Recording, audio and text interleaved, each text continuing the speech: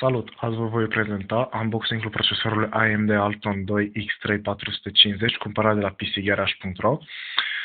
Procesorul are o frecvență de 3,2 GHz triple core, un cache total de 1,5 MB, socket AM3, are tehnologie AMD Cool Core și AMD Cool Core, 3 ani garanție. Aceste procesoare se pot debloca al patrulea nucleu devenind un AMD Phenom 2X4, un quad-core. Să vedem ce conține.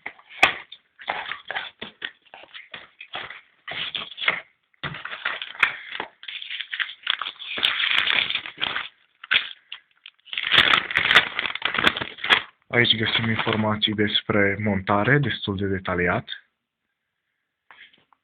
și câteva specificații.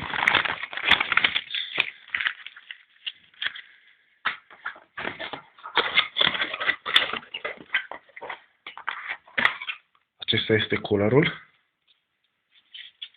Are un muf în 4 pini, radiator de aluminiu, prinderea pentru AM3, vine cu pastă preaplicată.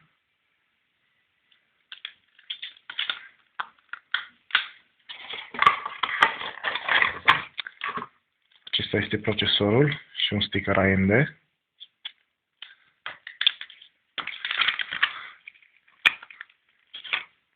Așa arată procesorul, o tehnologie de fabricație de 45 de nanometri, un burete de protecție.